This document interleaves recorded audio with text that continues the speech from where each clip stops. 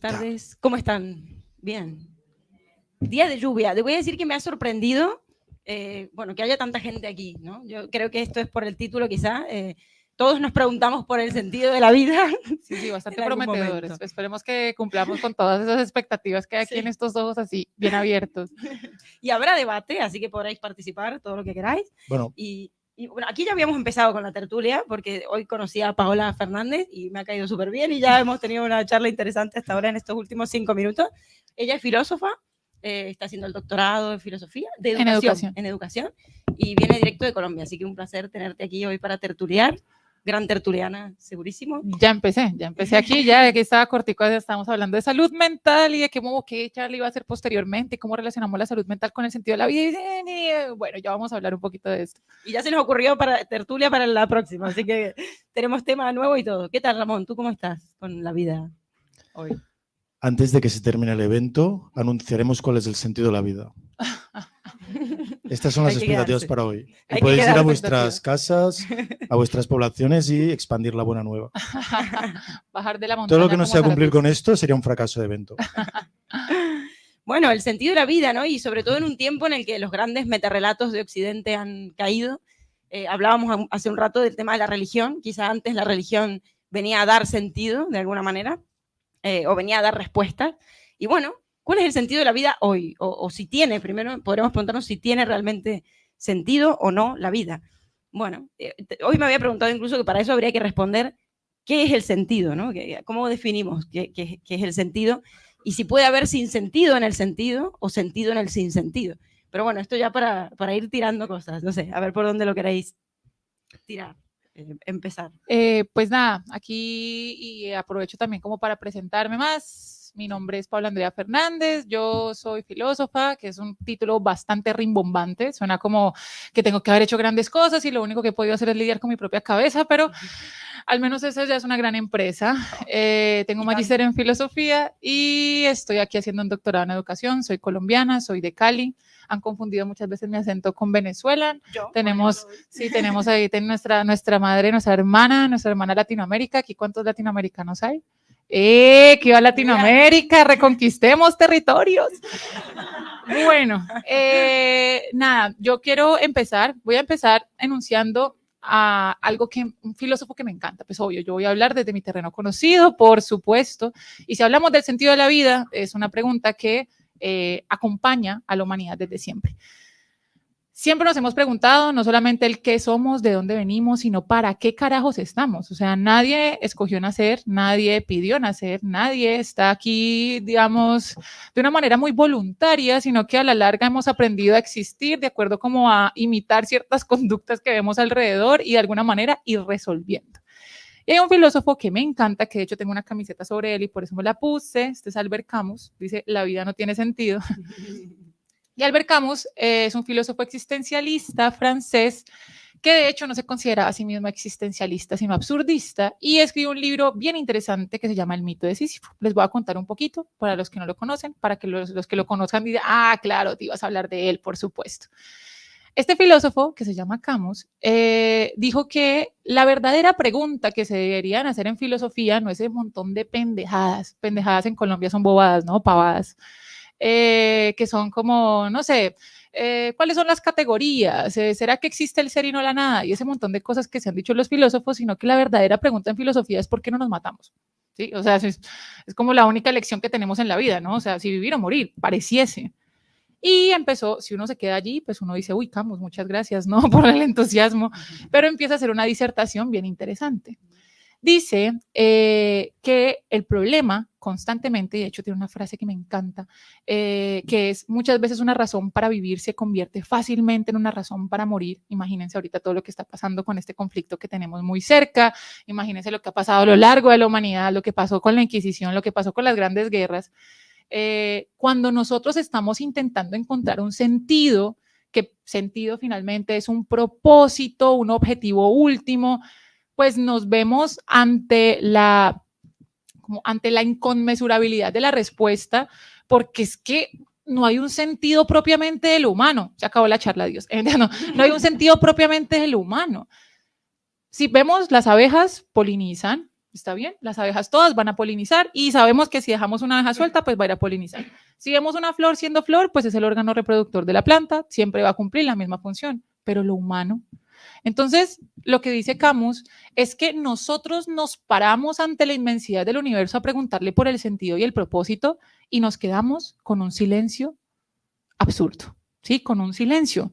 Es como si el universo nos hubiera dejado en visto ante la pregunta por el sentido. Nos gosteó. Nos gosteó.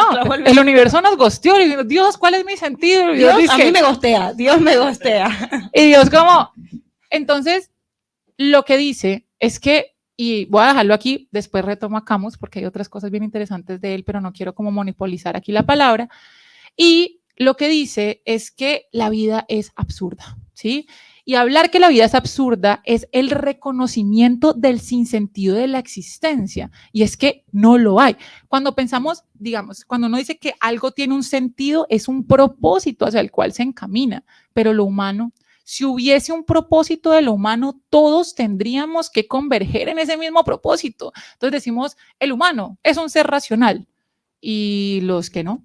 Y los que de pronto tienen ciertos problemas cognitivos con los cuales no se pueden acercar a ese normalidad racional. Bueno, entonces los humanos somos seres sociales y los que no. Entonces cada vez que le damos una definición al humano para intentarle dar un sentido, nos quedamos con unas manos vacías diciendo, pues no, no lo abarca. Y ese es el absurdo. ¿Y qué opinan al respecto? ¿Qué dice el psicoanálisis al respecto? Bueno, cosas muy interesantes. Pero sí, me quedé pensando en esto del sinsentido. Claro, yo también tengo mi teoría, mi hipótesis para hoy era un poco esta, ¿no? No hay un sentido. Y me acuerdo que apenas empezaba a ejercer la profesión, una paciente con ideas suicidas vino y llorando y, bueno, su pareja se había suicidado, de hecho, o sea, que era un tema ahí complejo. Me acuerdo que me decía, es que la vida no tiene sentido, la vida no tiene sentido, no tiene sentido. Y yo me quedé como impactada y empecé a pensar y dije, ostras, pero es que tiene razón, ¿qué le digo? Era como, yo pienso igual que ella. Y dije, sí, me acuerdo que dije, sí, es verdad, no tiene sentido. Y me miró como que esperaba que yo le dijera, no, sí, tranquila, que ya la encontraremos, ¿no? Y yo dije, no, es verdad, no tiene sentido. Pero eso es lo que hace posible que podamos construir uno. Es decir, que cada uno pueda pensar un poco qué le da sentido a su vida, lo cual también quizá puede ser cambiante. No necesariamente puede ser tiene que ser quizá una respuesta única, no sé. Lo podemos pensar, esto lo digo así un poco. Y bueno, interesante, quiero darle la palabra a Ramón también, que de hecho tiene una tesis sobre esto, bueno, que ronda un poco este tema. Pero sí, una tesis, yo me la leí entera. Eso. Sí, pero bueno, antes, no sé si quieres decirlo ahora o decir que diga algo del psicoanálisis. ¿Cuál es la pregunta? igual es que Dios no es que no nos quiera contestar, es que no nos entiende y se queda un poco ahí en blanco. Pero yo antes que nada quisiera decir que me está como doliendo un poco el brazo. Me está entrando una especie de angustia, no sé si a más gente le pasa, pero suele pasar, ¿no? Con el sinsentido, porque cuando de repente te planteas de que nada es para nada, entonces dices, ¿qué hago yo aquí, no? Y genera pues esta clase de miedos en el ser humano. Pero puede ser también un caso de somatismo, de hipocondría o algo, no pasa nada. Avancemos.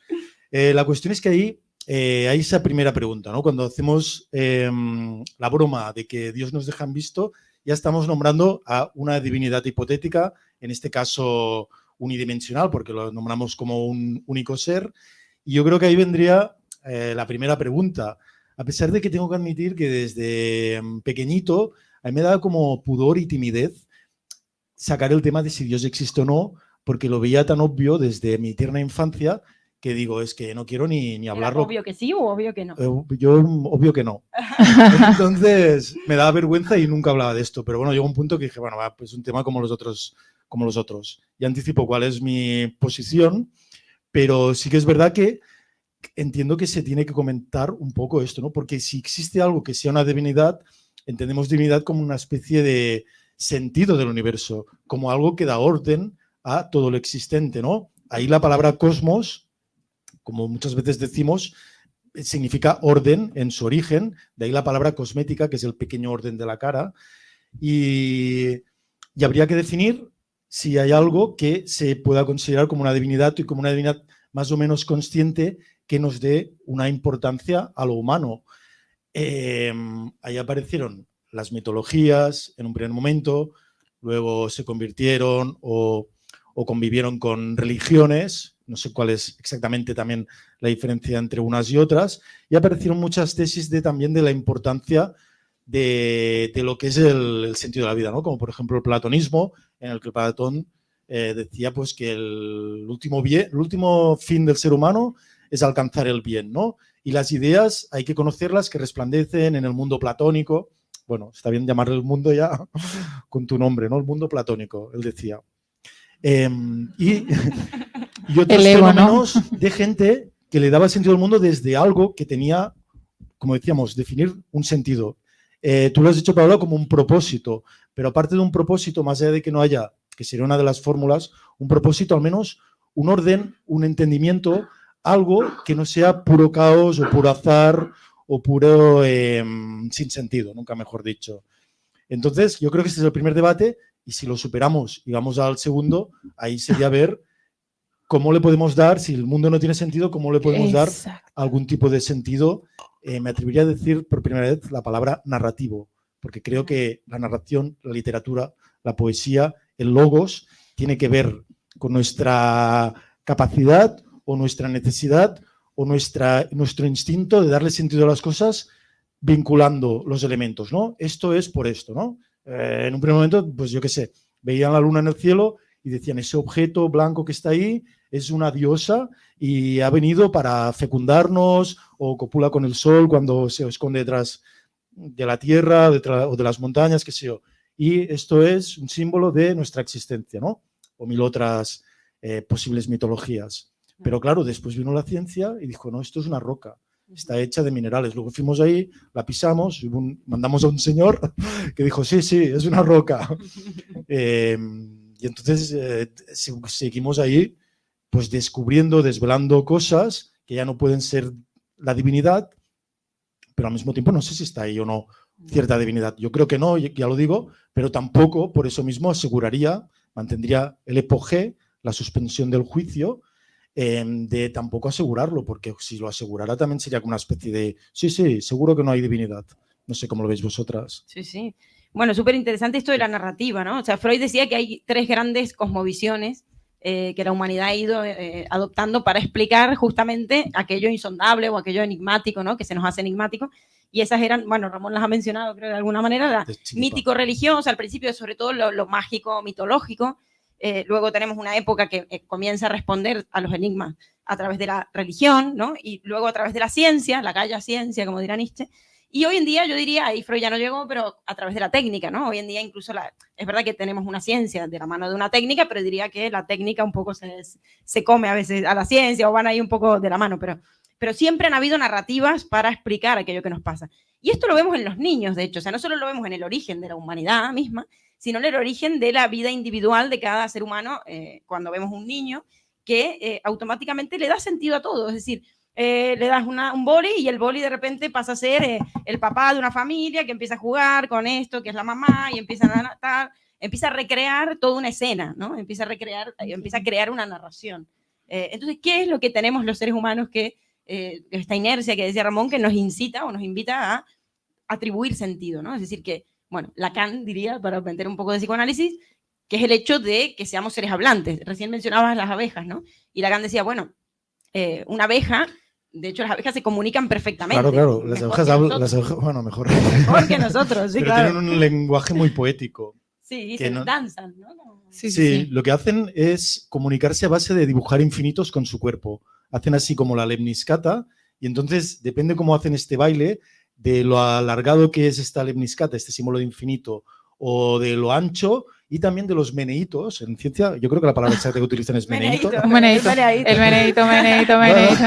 Yo, en mi próxima vida quiero ser una ave.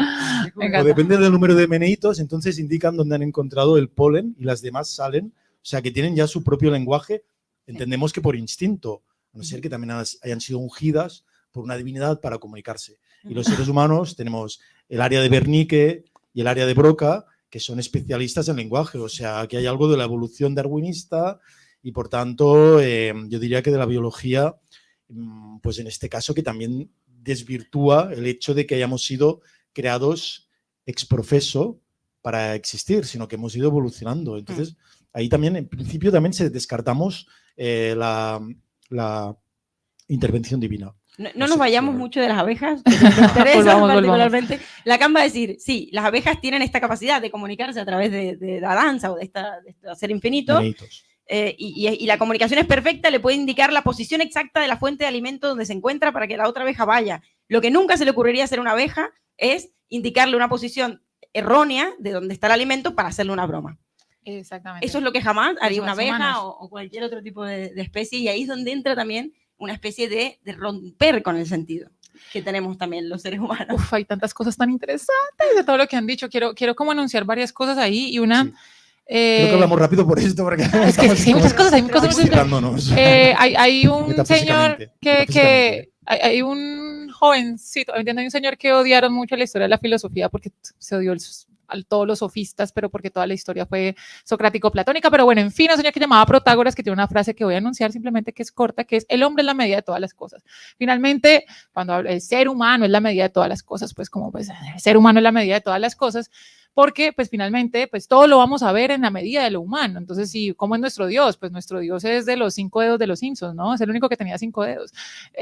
Sí, es el único que tiene una forma humana, perfecta, divina, tanto así que Dios se hizo hombre y se encarnó para morir por nosotros. Y ahora, yendo a Dios, más allá de la existencia o no de él, que ese es otro problema, ¿no? Que obviamente está en el problema del sentido de la vida, porque tratamos de encontrar asideros para no caernos como ese precipicio eterno del sinsentido. Si hay o no Dios, pues realmente eso no importa. Lo que importa realmente es cómo cada sujeto lo ha utilizado como idea regulativa de su conducta. Kant diría que Kant se metió en un problemita ahí de eso. Escribió un libro que se llama La religión dentro de los límites de la mera razón, y dice que más allá de Dios, hizo una crítica a las religiones. Bueno, es un texto no muy leído de Kant, ahí si lo quieren anotar es chévere, pero más allá de si existe o no, lo que sea, actúa como idea regulativa. Es decir, exista o no, hay personas que cuando creen en él dicen: ¿será que estoy obrando bien? ¿Será que estoy obrando mal? ¿Será que me voy para el cielo o para el infierno? Y aún cuando no exista, que eso ya es un problema que nadie aquí va a poder comprobar, y cuando cada vez que ves que Dios no existe, compruébelo. Es que Dios no existe, compruébelo. Es que Dios existe, compruébelo. O sea, yo puedo saber que esta cerveza está encima de la mesa, puedo saber si la cerveza no está encima de la mesa, y Dios está encima de la mesa. Díganme sí, díganme no. No, pero está en la gramática. Exactamente. Está dentro de las formas en que nosotros hemos hecho el lenguaje y nos hemos hecho a nosotros mismos para poder autorregularnos. Llámese Dios judeocristiano, llámese Brahma, llámese quien sea, ¿sí? Llámese Zoroastro. O Piccolo o Satanás Corpetit en la serie Dragon Ball. Era Dios, yo creo que también fundamental, ahí también. Esencial, sí, llámese el Dios, y llamémosle el Dios dinero también. O tetera de Russell, que es otra de las formas que nombraron a Dios, no sé, hipotética tetera de Russell, que decía que daba vueltas alrededor de Saturno, entonces decía, bueno, comprobad si existe o no. Era como lo mismo que... O el monstruo del espagueti volador, del pastafarianismo. Entonces... Es decir, el Dios de nuestra contemporaneidad. Exacto, y el Dios de nuestra contemporaneidad un Dios, pero decadente, está aquí, en nuestros móviles. Sí. Entonces, más allá de si existe o no, es la manera en que nosotros nos relacionamos con eso para que nos dé un sentido. Y vamos nuevamente a la idea del sentido. Pues, ¿por qué nosotros buscamos un sentido? Pues porque nos sentimos completamente perdidos. Y si es o no Dios, no es el problema. La cuestión es cómo nosotros podemos encontrar paz en nuestros corazones para lidiar que no existe. Un poquito. Sí, eso me gusta, discrepar. Con la filósofa nueva. para que, ojalá que no se creen tensiones con Guardiola, que estaba muy tenso. Mira, ya no viene más. No, viene el próximo día. De hecho, hemos estado aquí hace un rato discutiendo. Porque quizás sí que es importante que exista o no exista, que se crea que exista o no exista, porque no es lo mismo creer que existe un paradigma, como tú lo nombras, ¿no? Un prisma con que ver las cosas, que entonces modularía la existencia, le daría sentido, o que no exista y la modules desde algo no existente, que tú entiendas que no tiene sentido. Se está liando la cosa, ¿no? Vamos tejiendo ideas, las ideas se tejen. En un momento de flaqueado digo, uy, Ramón, has perdido el sentido de las cosas. Pero no, una cosa que dices, vale, esto es falso, pero me voy a regir por esto, pero sabiendo que es falso. Porque, solo un pequeño argumento, bueno, la gente que cree en una divinidad, oye, se juega la vida. Además, ya también creen muchas veces en un paraíso, en una trascendencia, y dice, sí, y cree estar en posesión de la verdad por contra de todos los demás. En cambio, quien duda, pues al menos dice, vale, yo también voy a tener estas creencias, estos valores, pero sé que me los he creado yo y por tanto podrían fluctuar. Una persona en realidad no puede fluctuar en Dios, puede dejar de creer, pero si cree en una divinidad es lo que cree y es lo que funda el mundo. Pero también un poco la diferencia. Discrepar. También pasa en la Gaia Ciencia, precisamente Nietzsche lo dice, que la ciencia también se hace un Dios. O sea, es que Dios no solamente tiene que ser el Dios judío-cristiano o el Dios de las religiones. Aquí a lo que voy es que Dios se convierte en toda aquella cosa a la cual creemos de forma acérrima. Si yo creo en la madre ciencia y es la única que le da sentido a la existencia, también se hace problemático. Entonces, más allá de Dios y más allá de la religión, que finalmente es ese constructo humano que le intenta dar sentido a algo que es completamente inconmensurable y no tiene sentido, que intente darle sentido a lo inconmensurable dentro de la misma gramática, pero lo mismo va a suceder si yo solamente me ciño a la ciencia, si yo solamente me ciño a la filosofía. Es decir, el problema realmente no es Dios, el problema es el dogma, el problema es la idea de creer estar sentado sobre la verdad. Y realmente, y vuelvo a la frase que me encanta de Camus, y es: una razón para vivir se convierte perfectamente en una razón para morir. ¿Cuántas muertes por amor ha habido a lo largo de la historia y cómo hemos romantizado a Romeo y Julieta cuando eran unos pobres adolescentes que llevaban 3 días de conocerse y se mataron? O sea, esa romantización de tener motivos para morir, de me muero por mi patria, de soy de izquierda o de derecha, todavía no sé muy bien de la política española, así que no hablaré mucho. Ahí aparece otra posibilidad, porque más allá de esta especie de Dios o divinidad que estamos nombrando, hay otras posibilidades de divinidades entendidos como estructuras que nos rigen. Por ejemplo, la que acabas de nombrar, el Eros.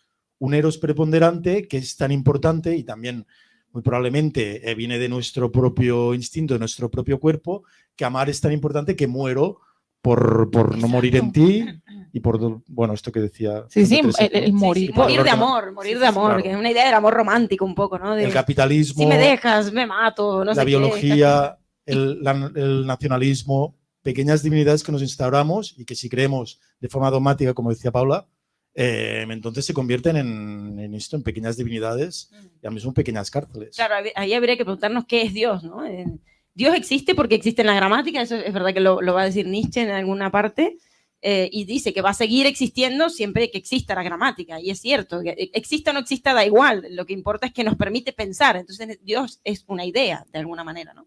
Una idea y a la vez una idea que nos permite fundar una moral, o fundar todo una idea de bien y de mal, de qué hay que hacer y qué no hacer, y coincido totalmente con Paula con esto de Dios como aquel que nos dice cómo hay que actuar, ya no solo cuál es el sentido de nuestra vida, sino también cómo hay que ser, que también es otra pregunta, ¿no? Que nos hacemos siempre seguramente los humanos, no solo qué sentido tiene mi vida, sino a qué he venido al mundo, ¿no? Es como un poco esto. Y pensaba también en lo que habéis dicho un poco, ¿es lo mismo la verdad que el sentido? ¿Es verdadero el sentido? ¿O en realidad el sentido puede no ser verdadero necesariamente, ¿no? O incluso pueden ser opuestos, porque es lo que decías al principio. Cuando uno cree tener el sentido, es decir, este es el sentido de mi vida, bueno, quizá ahí funciona más bien un obturador, ¿no? O funciona como una especie de respuesta que no permite una búsqueda, cuando en realidad quizá la búsqueda por el sentido, o sea, la idea de sentido nos es útil en tanto que una búsqueda, no en tanto que un hallazgo. Exacto, no es tanto que un fin, más dentro del camino. Es que si hablamos de verdad con B mayúscula, de esa gran verdad que creían tener los clásicos y los medievales y los modernos, y que ya luego en lo contemporáneo se ha desdibujado en el relativismo, y me parece fundamental, porque no hay más mirada que la que está detrás de nuestros ojos, y pensar que existe la verdad, pues dámelo al 2 más 2 es 4, pero ahí para allá complicado. Exacto. Y si yo pienso en el sentido como la verdad es solamente hay un sentido, y si solamente hay un sentido, y si ese sentido no es el mío, o si en su efecto mi sentido, mi propósito, el sentido de mi vida es tener dinero y lo tienes, ¿y qué? Y si un poco es el sentido, ¿no? Como hegemónico, podríamos decir. Y si lo logro, tener dinero. Y me parece muy curioso, y también hablando un poquitico también de salud mental, que creo que aquí también tiene mucho que ver, y es que hay una discusión gigante también, ¿no? Como hay una ola de psicopatologías que me parece interesante que se dé, no porque quiero que todo el mundo esté loco, sino más bien porque todos somos conscientes que es una cuestión importante, ¿sí? Que la gente le da diabetes, le da cáncer y le da depresión, ¿sí? Entonces como que tienen una igual importancia dentro de los problemas pues, de salud. Pero también sí es cierto que, y yo vengo de un país complejo, ¿no? Yo vengo de Colombia y pues lo que he visto es que hay muchas personas, sobre todo las de bajos recursos, que cada vez que uno le dice depresión, dice, es que le faltó correa, ¿sí? Y uno dice, y muy posiblemente esas personas que están diciendo le faltó correa, sí, también están muy deprimidas o están teniendo alguna psicopatología de cualquier índole, pero es que no tienen tiempo para ponerse a pensar que están tristes. No tienen tiempo. O sea, tengo que trabajar. Si tengo, no sé, tengo 6 hijos. ¿Le faltó correa? ¿Qué significa? Ay, perdón, esta expresión es muy latinoamericana. No sabía. Más o menos lo entiendo, pero no lo acabo de precisar. La correa es con que lo cual que uno se sostiene el pantalón. Entonces decían, le faltó correa, es como le faltó que le pegaran más, mano dura, para que entendiera. Perdón, la barrera de los países. Yo había entendido, le faltó como cuerda. Claro, el problema del lenguaje que te estamos diciendo. Qué loco, y para mí era universal. Y lo que le da sentido y lo que lo quita en este caso, si no conoces del todo el código, aunque se puede extrapolar la metáfora. Pero, es interesante esto que acaba de pasar, ¿no? Este equívoco que aquí. Pero, yo entendí otra cosa. Menos mal que Ramón preguntó, por eso Lacan decía, no comprendáis. Cuidaros de comprender. Sí, no, le faltó correa. Comprender es un error. Y yo había entendido que era. He tenido ese problema este mes en este país. Me tocó andar con traductor de colombiañol a español. Pero bueno. Yo prefiero pasar por ignorante durante unos segundos. Sí, no. Para que mantenerme en la duda. Y es una expresión. No, a lo que voy, quiero cerrar un poquito esa idea para también dejarla sobre la mesa. Es que. Digamos, muchas personas que pueden llegar a tener psicopatologías, porque creo que, y Freud también lo decía, todos estamos dentro del espectro neurótico, digamos, todos en algún momento hemos tenido algún tipo de crisis, pero estas personas de pronto que tienen bajos recursos y no han podido, digamos, tener el momento para sentirse mal y sentir que realmente están mal, dicen esa expresión, le faltó correa, es decir, le faltó mano dura, le faltó vivir mal, le faltó apretarse más como el pantalón, bueno, esas expresiones bastante colombianas, pero entonces a lo que voy es, ¿será entonces, digamos que el problema de las psicopatologías que pueden resultar también de la búsqueda del sentido son problemas de clase? Es decir, son problemas de gente que tiene dinero, o sea, son problemas de gente que nos podemos llegar a sentar y reunirnos en este momento todos y pagar una entrada y tomarse una cerveza. No sé. ¿Será que pensarse, esto lo estoy solamente poniendo sobre la mesa, sobre un debate que me parece interesante, y yo vengo de un país con problemas socioeconómicos fuertes, y bueno, todos los países lo tienen, pero entonces, ¿será que este problema es un problema de clases? Yo creo que no tanto, porque más allá de que evidentemente hay momentos que no puedes reflexionar, que estás arrojado al mundo heideggerianamente y tienes que correr por tu vida o por un plato de lentejas, pero es una pregunta fundamental y casi que lo vería como un poco al revés, en el sentido de que es una pregunta que quizás siendo muy profunda para todo el mundo y primordial para fundarse como individuo, se evita mucho en esta sociedad, creo yo, y la gente no lo habla. Aquí estamos haciendo este debate, ha venido bastante gente, pero tampoco estás ahí con todo el mundo filosofando y encontrando la fundamentación ontológica de tu vida, sino que le das sentido con las 4 cositas que tienes, ya sea por la sociedad del entretenimiento, por este mundo capitalista, o por la propia inercia del ser humano, o por estos anclajes en los que nos ponemos. Lo que me gustaría avanzar un poco respecto a ese debate que creo que era esencial de si existe la divinidad o no, como cerrándolo, bueno, hemos quedado que no existe la divinidad. Bueno, hemos dicho esto, pero ni sí ni no, ni sí ni no. Que no, pero como para avanzar, porque si no sería otro debate.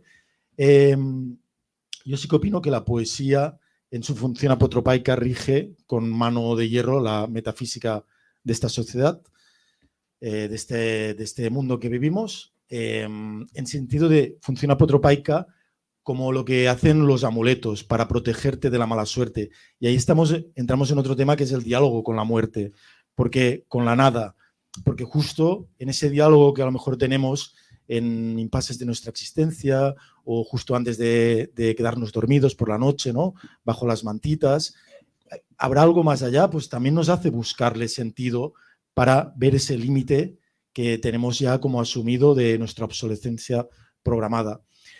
Pero más allá de esto, también hay un hecho que me gustaría remarcar, que es que íbamos diciendo que la ciencia también está aportando su dialéctica en todo esto, y ha llegado a un punto en nuestra historia de la humanidad donde la ciencia, que nos ha dicho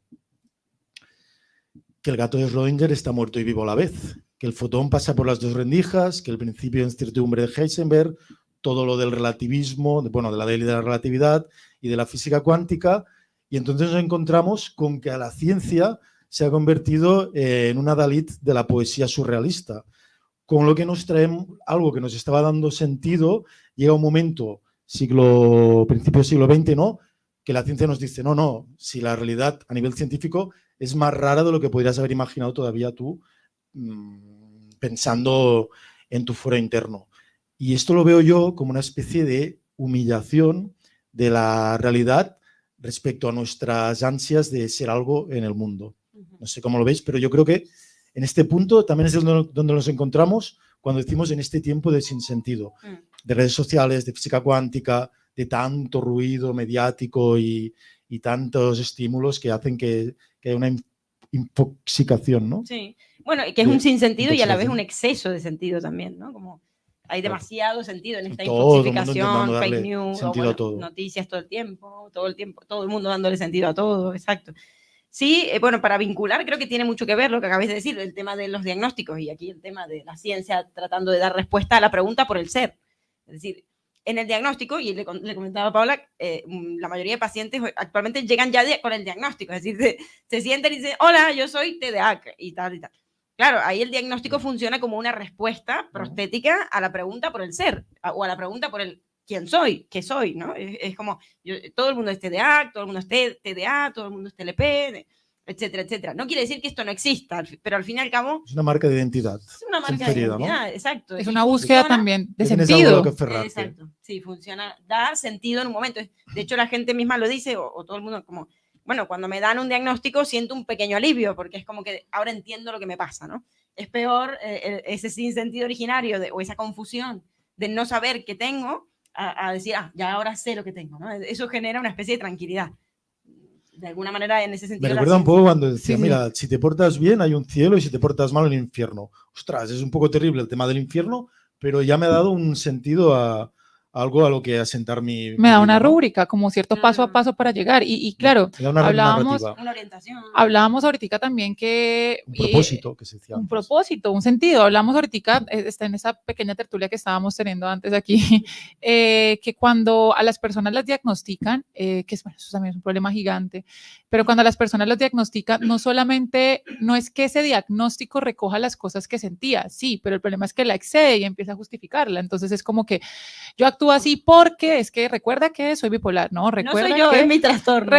No soy yo, es que no soy yo, TDAH, es el TLP. Entonces, de alguna manera eso orienta todo tipo de conducta. Y eso, y quiero anunciar un filósofo que también me gusta mucho, ya que estamos también como hablando que estamos como seres arrojados, entonces pues hablemos un poquito también de esa arte de Heidegger. Entonces Heidegger decía algo bien interesante, también muy, muy cercano a lo que decías de nosotros, una cosa que nos hace humanos, que nos hace Dasein, va a decir que ese ser que en cada caso soy yo mismo, esa cosa que soy yo cada vez que estoy siendo, suena todo rimbombante. Y es que, pues, me pregunto por el ser, ¿sí? O sea, los perritos muy lindos y todo, las abejas muy lindas danzando, pero pues las abejas no se van a pensar, ¿qué estoy haciendo con esta danza? ¿Cuál será el propósito de mi danza? ¿Será que los otros me ven como una danza? ¿Será que lo ven hermoso como yo lo estoy viendo? O sea, bailo bien, danzo. Bailo bien, es el meneíto de ahí. Pero entonces... Creo que ella danza mejor que yo, ella menea mejor. Pero entonces, esa búsqueda por el ser, esa búsqueda por encontrar el sentido del ser, que también le acompaña a otra cosa muy importante, que es la característica pues del Dasein del humano, es que somos seres para la muerte. Y es que somos los únicos conscientes de nuestra finitud. Somos los únicos conscientes de que...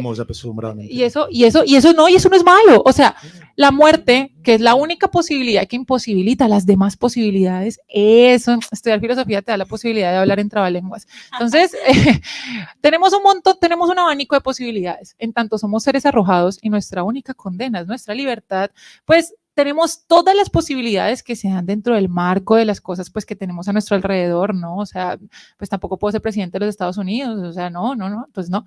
Pero la única posibilidad que imposibilita esas posibilidades es la muerte, es la única que le da fin. Ahora, eso no es problemático, eso es muy interesante, porque imagínense una vida sin muerte. Sí, pero tú no tienes en cuenta que Ramón es atemporal, o al menos se define como atemporal. Ya no tanto. Él niega la muerte. ¿Cómo es eso? ¿Cómo es eso? Bueno, ¿Cómo es posible este suceso? ¿Cómo? Mi nueva definición es... la ha cambiado. Sempiterno, intento ser sempiterno, una vez superada la temporalidad. Pero justamente es algo que yo también siempre remarco, y más ahora con lo que tú dices, que a mí también me sorprendió mucho cuando empecé a preguntar si la gente quería ser inmortal. Y yo pensaba en mi fuero interno que todo el mundo, su mayor anhelo era la eternidad, o sea, existir para siempre. Y entonces hacías una pregunta cuando había mucha gente y la mayoría de gente no, te decía, no, yo con vivir 100 años, 200, pero no, la inmortalidad la veo como terrible. Una tortura. Qué horrible, ¿para qué? Pero bueno, estos eran opiniones. Cuando comentaste, iba a mencionar justo lo de la muerte. Quizá tiene que ver con el tema que estamos hablando todo esto. Sí, seguro. Claro. Con el sentido de la vida y la fundamentación metafísica de cada cual. Cuando dijiste este diálogo con la muerte, que me gustó también la frase, ¿no? Dijiste este diálogo con la muerte, con la nada, y yo dije, no, la muerte no es la nada, la muerte es la muerte y la nada es la nada, ¿no? La muerte es algo. La muerte es algo, exacto. Pero o sea, si entiendes, una pequeña teoría, si entiendes la muerte como la nada, digamos el fin, después ya se pierde todo, somos mero cuerpo y luego desaparece toda nuestra consciencia, se pudre nuestro cadáver, etcétera. Entonces, mantenemos un diálogo con la muerte, con la nada, en el cual me recuerda un poco la dialéctica del amo y el esclavo de Hegel, ¿no?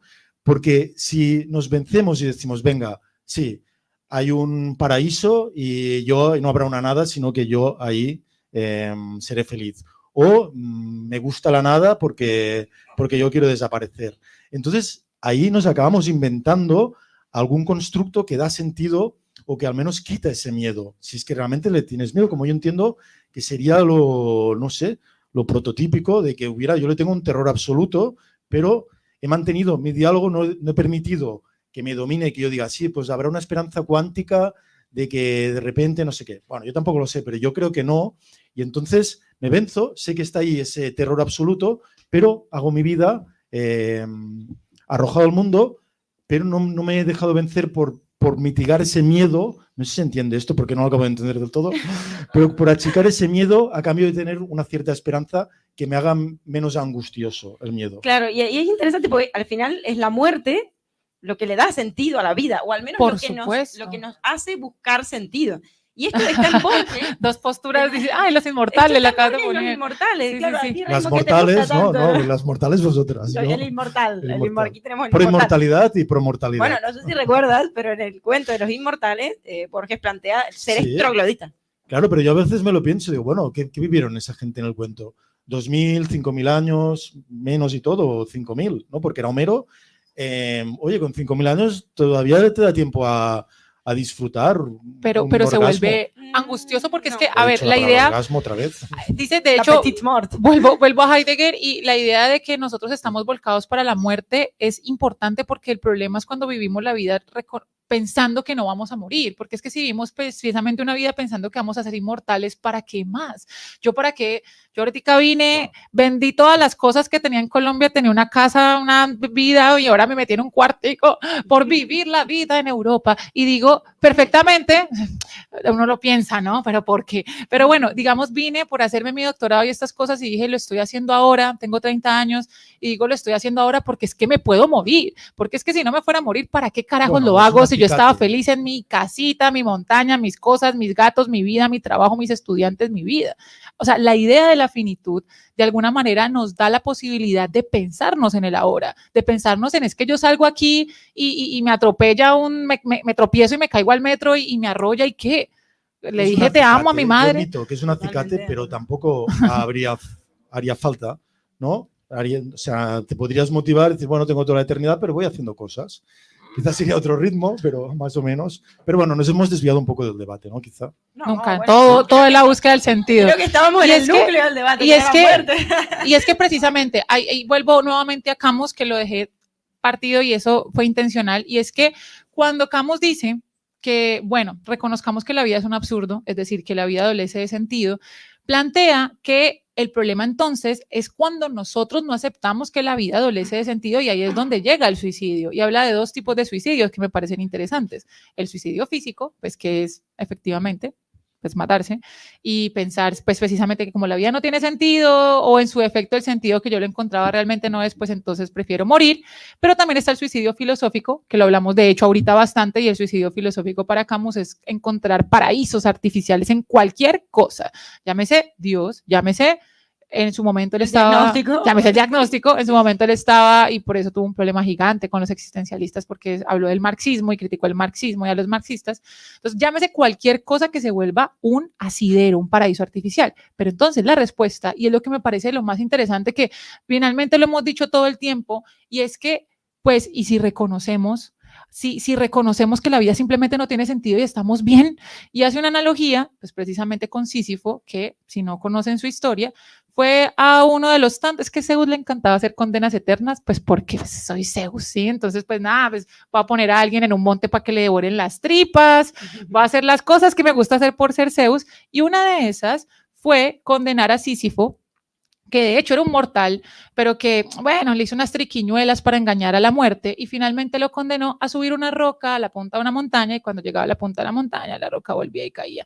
Y entonces, pues si hacemos eso como una analogía a nuestra existencia, y esa roca como nuestra propia vida de todos los días, despertarnos, ir a trabajar, coger el metro, devolvernos, tomarnos la cena, y acostarnos a dormir, volvernos a despertar, pues se vuelve terrible. Y ante eso, pues podemos o matarnos, o podemos decir, no, es que este sentido me lo dio Dios, no, es que este sentido lo tiene porque es que voy a ser millonario y me voy a comprar la casa, que es que, o en su defecto, la gran revolución, y esto me parece muy lindo y quiero que lo hablemos, es que, ¿y si vemos a Sísifo feliz?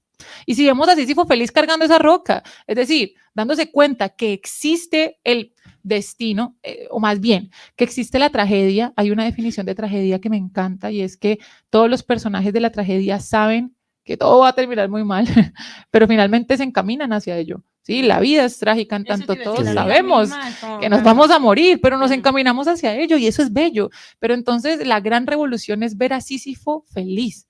Yo de hecho cada vez que escuchaba a algún estudiante mío deprimido, yo le hace el mito de Sísifo, pero no se queda en las 10 primeras páginas que se mata. No, le hácelo hasta el final, hasta el final. Son solamente 100 paginitas, se lo súper recomiendo, corto, bueno. Pero entonces la gran revolución, creo, es más bien pensarse desde la aceptación, y la aceptación no significa la resignación, aunque los estoicos hablaban de la resignación estoica, ¿no? Del reconocimiento que pues la vida es, y la vida es. Pero entonces, ¿por qué no pensarse todo esto, que es importante pensárselo, como somos seres para la muerte, es como estamos buscando un sentido, pero como más bien nos damos cuenta que finalmente no hay uno único, y lo aceptamos felices?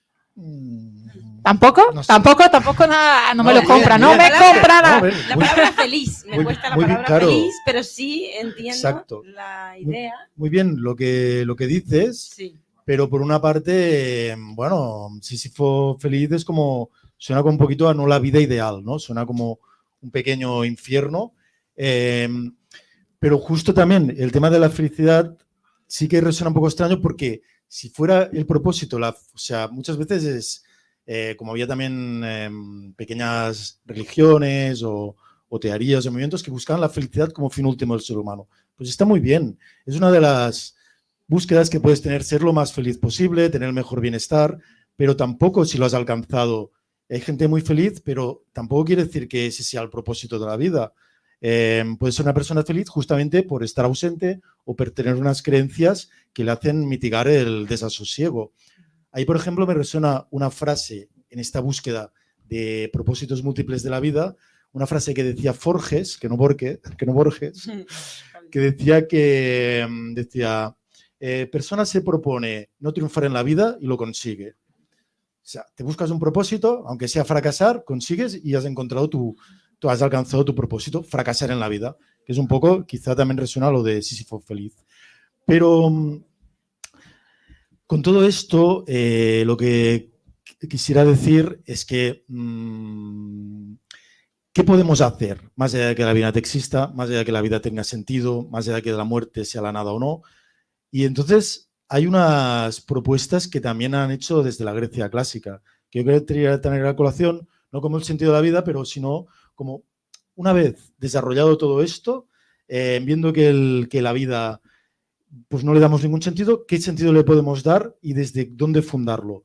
Pues en todo caso, entre otros, el eros que decíamos antes, que era el amor, sea lo que sea, y el logos, que es esta crítica que yo hago desde la narrativa que intenta darle sentido a todo a través de la apofenia, de la vinculación de efectos que a lo mejor no tienen nada que ver, como que la luna sea una diosa, o que si yo me rasco la oreja, mi equipo de fútbol marcará un gol, qué sé yo. Más allá de todo esto, ¿qué podría tener sentido dentro de que tampoco lo tenga? A lo mejor, como decían en la Grecia clásica, fomentar las virtudes, que es desplegar la mayor potencialidad de cada ser humano dentro de la consecución de su carácter. Entonces, las virtudes se diferencian también de su antónimo, que sería los defectos. Y la etimología de defecto significa... Es que la aprendí esta tarde. La anotó, aquí estoy viendo. Que viene de desaparición y facto, hecho. O sea, que desaparece algo hecho. O sea, que algo que había que hacer no se hace. El defecto es no llegar a alcanzar a hacer algo. Y las virtudes sería hacer algo en tu máximo desarrollo potencial. Hombre, pues no se lo nota tan mal. Ellos proponían la arete, que era la andreía, que era la valentía, la sofrosine, que la hablamos la semana pasada, que es la moderación, y la diacosine, que es la justicia. Entonces, estas virtudes también han quedado un poquito en desuso. No son palabras que quedan un poquito anticuadas, pero que no están nada mal para intentar planear un sentido propio a la vida, sabiendo que es falso como cualquiera, pero que encaja un poco con lo que decíamos del amor, la sociabilidad, el logos narrativo. Pero luego también la teología tomó las virtudes y las convirtió en la fe, la esperanza y la caridad.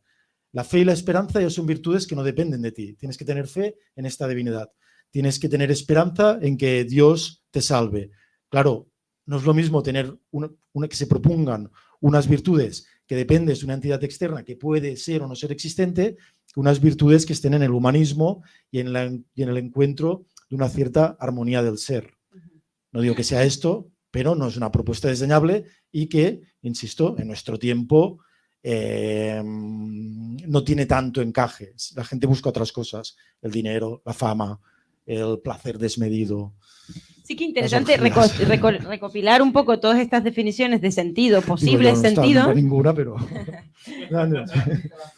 Sí, me dijeron. Nos lo han contado. Yo creo que es esto, que el sentido siempre viene de fuera, viene del otro, viene de alguien que nos dice cuando venimos al mundo qué es lo que tiene sentido o cómo tiene sentido ser, ¿no?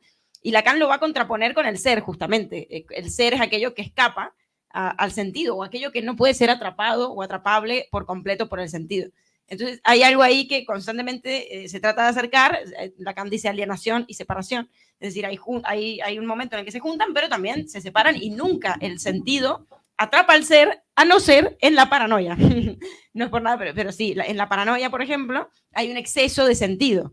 El otro día una paciente me decía, todo el pueblo sabe de lo mío, que ha tenido un problema en el trabajo, todo el pueblo y no puedo ir ni a la panadería. Y yo era como, bueno, a ver, pero ¿tú crees que la panadera se enteró realmente de esto que te pasó con el trabajo en tal? Claro, y como, sí, lo sabe todo el mundo. Claro, ahí hay un exceso de sentido y todo tiene sentido. Es decir, para el paranoico, todo empieza a tener sentido. Señales que le hablan, de repente ve...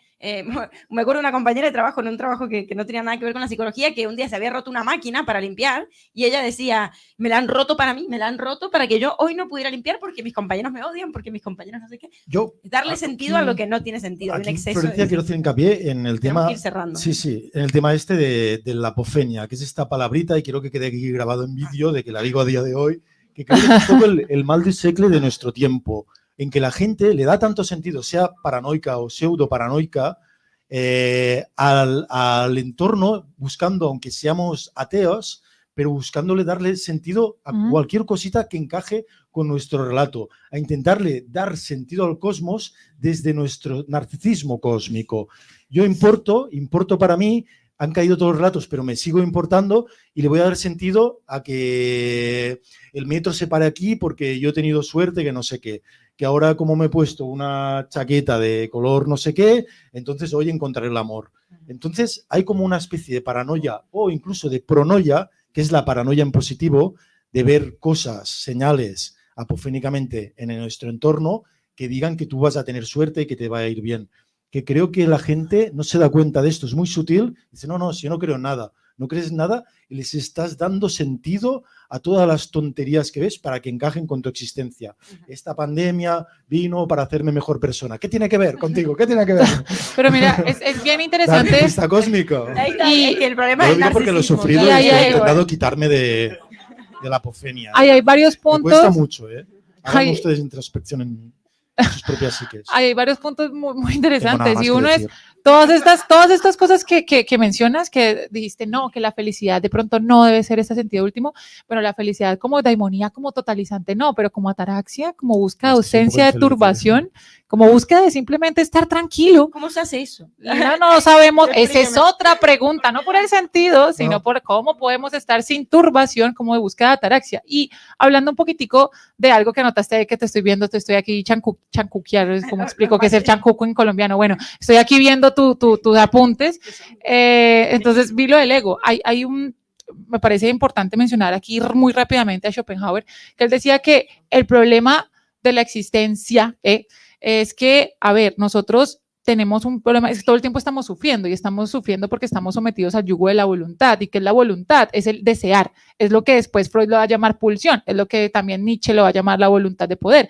Es esa cosa que todo el tiempo nos está poniendo a desear. Yo les explicaba a mis estudiantes que era como cuando uno abre la nevera, la mira, la cierra y como que le da rabia porque uno no sabe qué quiere y uno se mete algo a la boca y se come, no sé, lo que sea que se encuentre, un pan, un queso en la nevera y dice, pero no me lo quería comer, entonces se frustra porque lo come, pero cuando no encuentra lo que uno quiere, pero porque no lo encontré. Entonces, esa voluntad la podemos asumir desde algo muy importante y es uno, él dice que es o la vida bajo la música y bajo el encuentro con la música, 2, la vida compasiva y del servicio, o 3, que es la que me parece más importante, creo que aquí ya la van a enunciar, y es la búsqueda de una vida ascética, no porque Schopenhauer sea religioso, sino que estudia mucho las religiones no teístas orientales, sobre todo el budismo, en el mundo como voluntad y representación, pero ¿cómo podemos renunciar al ego? ¿Cómo podemos darnos cuenta que no todo es nuestro, no todo es para mí, no todo es por mí? Y eso hace que, y vuelvo acá, respiro, y es que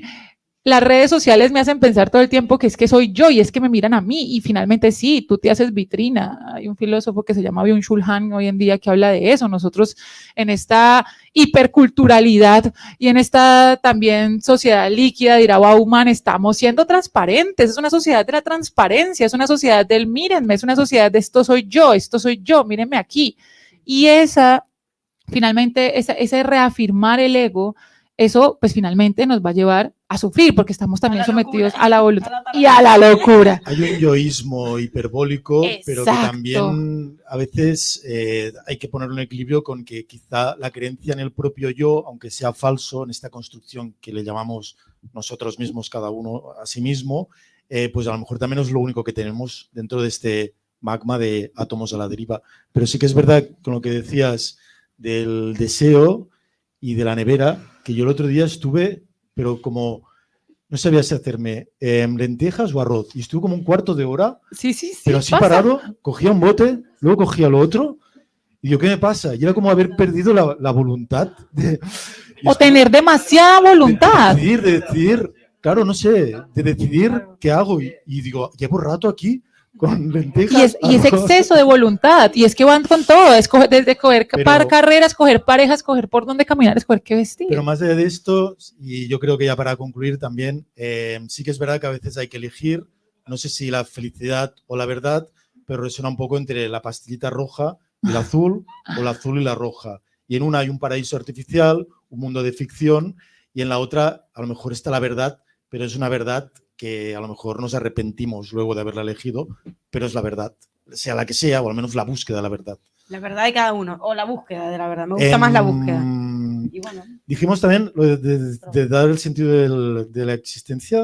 ¿Ah, tú lo tienes? Bueno, no, pero he leído un libro, La guía del autopista intergaláctico, que dice a la pregunta, ¿cuál es el sentido de la vida? Y la respuesta es 42. Y si hacemos cuñas, yo escribí un libro que se llama Diarios de una Sofía, donde hablo del sentido de la vida, un poco, si les llama, no sé, si les gustó cómo lo contaba. También tengo una cuenta que se llama Diarios de una Sofía y hablo un poquitico de esos temas. El libro no lo tengo acá, pero lo pueden pedir por Buscalibre, o sea, en Buscalibre y les llega a sus casitas. Entonces, lo pueden buscar. Busquen el libro y busquen el sentido de sus vidas. También el sentido de sus vidas, solitos también. Bueno, ahora damos pie al debate. Muchas gracias. Gracias a la gente de YouTube y bueno, adeu. Gracias por estar aquí. Para aquí damos pie al debate. Gracias a todos. Aplausos simbólicos.